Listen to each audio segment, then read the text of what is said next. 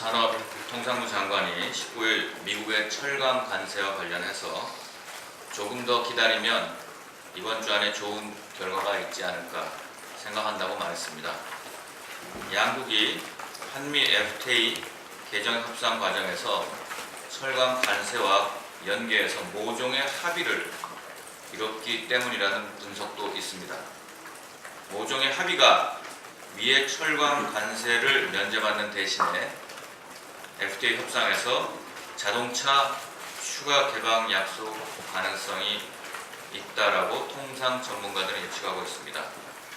그런데 만약 그 합의가 그동안 미국이 주장해왔던 자동차 내연 허용 기준에 맞지 않는 미국 차를 한국에서 받아달라고 하는 내용이라든지 국정조사를 추진해야만 하는 한국 주해 문제를 협상의 대상으로 삼아서는 절대 안 된다라고 말씀드리겠습니다.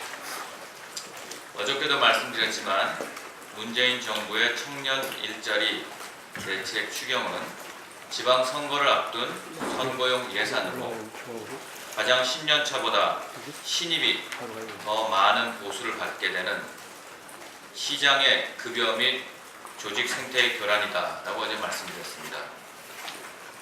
임금의 역전 현상이 나타난다 라고 말씀드릴 수 있습니다.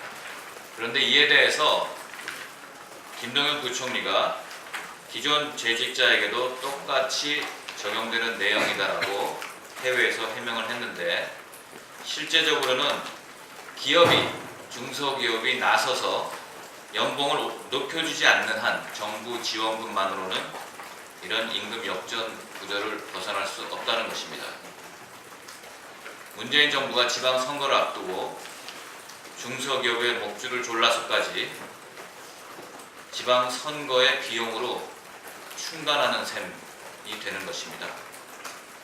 정책적으로 부당한 선거 지원은 아닌지, 선거법 위반은 아닌지 정말 우리는 들여다볼 것입니다.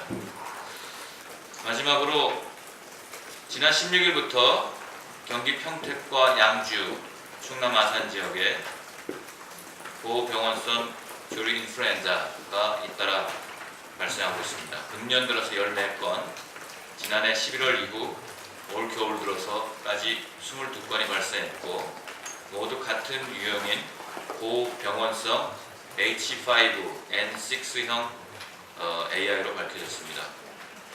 정부는 인접 지역과 전국의 확산을 막기 위해서 방역대를 설정하고 48시간 동안 전국의 닭 오리 농가와 사료공장, 도축장 등 12만 곳을 대상으로 일시 이동 중지 명령을 발령하는 등의 조치를 하고 있으나 오리와 산란계, 농장을 가리지 않고 발생하고 있어서 이번에도 초기 방역에 실패했다고 볼 수 있습니다.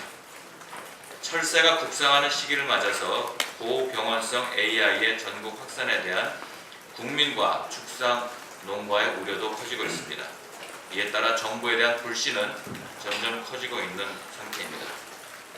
무엇보다도 발생 원인을 아직도 찾지 못하고 있는 것으로 드러나서 이 정부의 무능함을 국민들께 낱낱이 보여주고 있습니다. 북상하는 야생 철새가 원인인지, 농가에서 외부로 배출되는 분뇨에 묻어있는 AI 바이러스가 원인인지에 대해서도 아무런 대답을 하지 못하고 있습니다. 무엇보다도 중요한 것은 발생 원인 규명입니다. 정부는 방역 당국의 전문 원인 조사 요원을 총동원해서 신속하고 정확한 역학조사를 실시하고 이 결과를 토대로 전국 확산 차단에 총력을 기울여 줘야 합니다. 또한 AI 바이러스는 주로 사람, 차량, 야생 조류, 분변, 공기 등을 통해서 전파됩니다. 사육 농가 단위의 소독과 사료, 도축, 퇴비 차량에 대한 철저한 소독, 또 이동 통제 등 방역 관리에 만전을 기해야 할 것입니다. 아울러 정부는 AI 상습 발생 시기인 11월에서 5월 사이에는 철새 도래지 주변과 1회 이상 발생한 농가 등에 대해서 AI 발생 위험 지역을 대상으로 가금류 사육을 일정 기간 금지한 대신 기본적인 보상을 해주는 이른바 가금류 휴지기 제도를 도입하는 그런 일회성이 아닌 상시 도입하는 등의 근본적 대책도 강구해야 할 것입니다. 바른미래당은 필요할 경우 가금류 휴지기제 도입을 위해 축산법 등 관련법 개정까지도 추진해 볼 용의가 있다는 것을 말씀드립니다. 이상입니다.